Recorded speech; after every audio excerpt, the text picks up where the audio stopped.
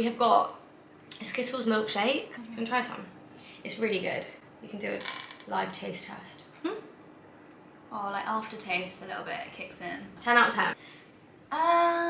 Give it an 8, yeah. I knew you were going to say 8. We're doing a little mukbang type girly chat video. So today on my Instagram, actually, do I need to introduce this properly? Yeah. Okay, so hey guys. Hi. Welcome back to my channel. We have the beautiful Farah back with us again.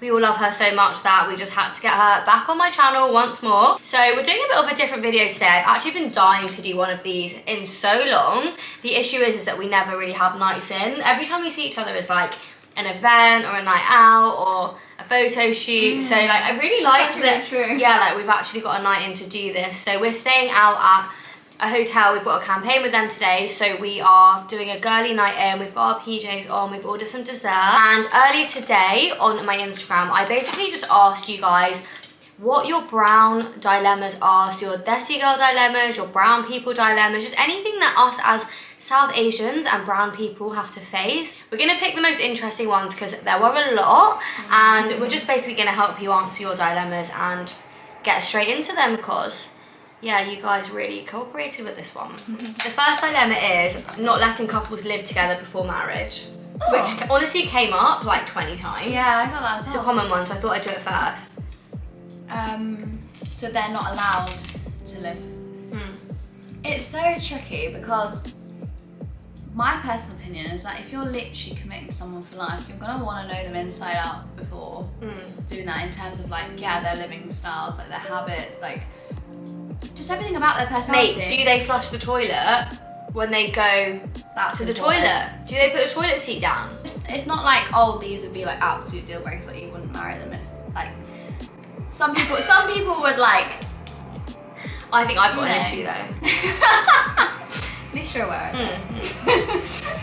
But there are some people that literally little things like. But they do add up because like I think when you live with someone, you see them in a completely different light. Like if all those little habits, they're like unhygienic, they're untidy, they're like dirty, they smell, like they don't help with you anything around the house. Like surely if all of that adds up. Do you know what's important is that even if you can't live together, can they live like on their own? Because I think that's a really telltale sign of someone can actually like, you know, clean up after themselves. You know, because there's no one else to do it for them. And a lot of these boys are mummy's boys. Yeah, so they have everything done for them. So it's not like it's a red flag if they are living at home, because obviously some people can't afford it. Like, but are they able to live? Are they able to live alone, and maybe encourage that if you just want to like see how they live? Because to be honest, like everything's about compromise. I think when you get into a relationship or you get married to someone, and if you want to see that side of them, or if you want to like know exactly what they're like, you're within your right to do that. Like nobody should really question you for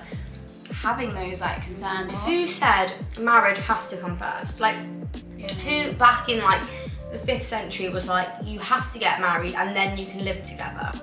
I feel like I don't know if it's like more, because there's like cultural elements but also religious elements, but then also like even politically or legally as well. You know, like how people just have more rights if they're like married first. Yeah, I just think I'd rather be more financially stable with someone, owning a property with them, moving in with them, or like even owning my own property and then moving in with me, or vice versa. I just think that puts you in a better position than just like getting married and then what? Where do you live? You live with your in-laws, which is a story for another day, which will come up later. But I just think like it gives you your own space and your own freedom. Getting married before all else, that's like the final decision. Like you've made the final decision before you've even had a chance to like figure out if it's right. Maybe the middle ground, like if you're actually not allowed, is just like go on holiday or like spend like weekends away together or like things like that, so you actually do get to okay, next dilemma is, how do you deal with a sister-in-law who copies everything I do? And there was another one, I'll group them into one. There was another one about that's kind of funny. Something about like having an evil sister-in-law, just not getting along with your sister-in-law, because that seems like a common problem in brown households. I think in-laws like issues come up quite a lot. I would find that really tough if I had a husband and I didn't get along with his family, let alone like his sister. You would want to, I think it's hard because when you go into a family, you want to be liked, especially by their sibling. But I think when it comes to a sister, they're so protective and you want to be liked by them and you feel like you have to impress them, but like you don't. But if they are genuinely like just not a nice person, because unfortunately some people are just like that, and that's not on you, that's not like on your efforts. And I think not living with your in-laws will alleviate like the tension, because you're not constantly like in their face all the time, and you can like avoid situations that you don't want to be in. And distance makes the heart grow fonder. Yeah, or distance just gives you a stress-free life. Like, you can see them at family functions and stuff. You don't have to see them on like a one-on-one setting if you don't want to. But if they're not willing to, like relationships are a two-way street, whether that's romantic or like platonic, like whether it's with family.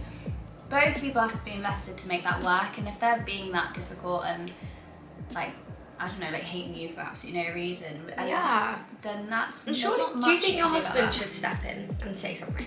Because I think if that was my man and they're not sticking up for me against their evil like sister, he gotta go. Do you know what's tricky though? Is like sometimes they just genuinely don't see it. You know, like if they've grown up with them, say they're like quite spoiled, like they're the only girl or they're the youngest sibling. Like if they're just got that spoiledness like growing up. I'm the only girl and I'm the youngest sibling. I love my sister-in-law, FYI. But if you were in a situation where like your husband was just used to your like his sister playing up like at everything, like just being like that all the time, he might not feel like it, just might seem normal to him, even though like it's not nice. Or he doesn't want to, you know, create drama. Or he doesn't want to just like, It's tricky, I get it, but at the end of the day, if you and your husband are happy, that is truly what matters. Control the controllables, and if you can't control other people like his family, you've got to try your best to not let that affect your relationship. Yeah, at the end of the day, you married him. Yes, it's nice to like obviously have that family around you. Hopefully you get along with the rest of the family. But I've had so many scenarios where there's just like one person in the family that isn't on board with this relationship. I think a lot of them are boys, not men, that's why they don't do it, but yeah. It's a tricky one. Forrest like behave. Anyways, next dilemma. Okay, I don't know how to tell my parents that I'm dating someone who's not Hindu. And there's quite a few on like interracial relationships and marriages. This topic actually winds me up a little bit because I hate the idea that people are so, and I guess it is like a generational thing, and I understand to an extent, but to stop someone fully marrying someone that they love, someone that they want their future with, someone that they're gonna have kids with, for you to like think you have the final say on someone else's happiness and life. It's messed up. Yeah, it's like really it's just sad. outright like messed up. What advice would we give her to tell her parents if she's been dating someone that says for nearly 3 years, who's not the same religion? Do you know what I would do? I don't know if this is good advice, so you tell me if it's not. I wouldn't tell them what religion they were, and I'd let them meet. But what if it was obvious? Like if they If were it's obvious, outwardly different. not South Asian, for example. Oh. It's hard, right? Yeah. Or you could, I get what you're saying, like you could almost introduce them And then like if they without like- showing them a picture or meeting in person, and describe them like, you know, he's a really kind guy, like he's Every other attribute, like what he does for a living, or like his race, personality, and like get them to know him. And if it isn't glaringly obvious, like what religion or background he's from, actually introduce them as just like a person and try and avoid. But don't you think it's such a brown family thing to do, to be like, okay, like what degree does he do? What's his job? What's his religion? What's his race? Like you get those 21 questions as soon as you bring up any boy in your family. Because some parents, they are still like some parents are more liberal and just will like meet someone, whereas some will just want to know all the background before they even like get a chance. That's the way they were brought up, so that's all they know. So sometimes all it takes is a conversation or them meeting someone to see how happy you are, or really getting to know someone and how nice they are, for them just to be like, do you know what? This is so like much more important than like our, you know, the way we've been brought up. Like your happiness comes before, and I would like to think most parents think that way. But I'd like to, but I know that's not the reality. a lot of parents are literally like, if they're not this religion, then they're not interested interested. Also, parents are very dramatic. Like, Yeah. they don't even actually mean half the things they say sometimes. Yeah, so, I think they don't even believe it either. Like, if you ask them why, they'll give you some like, oh, because that's just the way it is. Like, sometimes they can't even explain it themselves. They can't justify sometimes like their thought process. So Yeah. I think the more you talk about it, the more they'll kind of realise that their thinking like isn't the only way to go about things. So, Amen. This is such, I can relate to this, okay? Dating when your family wants to know everything and doesn't give you any space. Mum, if you're watching this, hello. I feel like it's quite, I don't know, there's a balance to everything. It's quite nice that your family want to be involved and like... They like let you date and they want you to date. Because I can't relate. I just think like parents, whether it's a nosy thing or an excitement thing, I think they need to let us be kids and let you breathe and let us make our mistakes, let us date who we want to date, let us have heartbreak or, you know, like go through all those things that normal teenagers and people go through who aren't brown, like without having their parents invading in their privacy all the time. I think the problem with like brown people is the obsession of being perfect, so like they almost don't let you have that room to make mistakes. Yeah, because it's always like, what would people say if they found out you were dating someone and it didn't work out? Turn out like you weren't gonna marry them. And, like, life isn't perfect, like you can't write it. So something that maybe would help you telling your parents, which is something my mum told me, is like she was like, I'd rather you date like 20 different guys and actually understand what you like and what you want than dating one and feeling like you have to be with them and make it work and then settle and then you're unhappy in the long term. So like explain to them it's important to date, but also it's important to have your own space and your own privacy. And when you're ready to tell them something or when you're ready to introduce them to someone, you will. Like, I think you should just like show your appreciation that they actually are interested and want to talk about it, but also just set that boundary of like, I'm happy to tell you X, Y, and Z, but like I'll tell you when I'm ready to, or I'll tell you when things, like I will come to you, you don't need to come to me type of thing. So you can like drop information like where you feel comfortable if they're having those open conversations anyway. Loads of brown girls can relate to having to like sneak out of the house and like you're going on a date and the guy has to park like down the road because your parents can't find out he's outside, or like, you know, them ones. I have not done that, mum. But I think it's just like having the freedom to step outside of your house and your parents not be like, who are you going to see? Where are you going? Like, when are you going to be home? What are you wearing? And that's hard. Yeah. That's a hard one. That's a sticky one still. The thing is, you actually can't avoid, like, your parents aren't going to change like the way they are, and like they probably are doing it from a projected point of view. I was gonna say, like, they do have good intentions, and I know it's annoying and I know it can be restrictive, but sometimes you've got to just do what you want to do. And next one, which is a big one, again, very common, constantly being asked what's next. Like, I've just graduated and I want to chill, and I think someone else was like saying it about when you get married, then people are like, when are you gonna have kids? Oh my gosh, yeah. Like, why is everything on a timeline? Like, why is it like, what's next? What?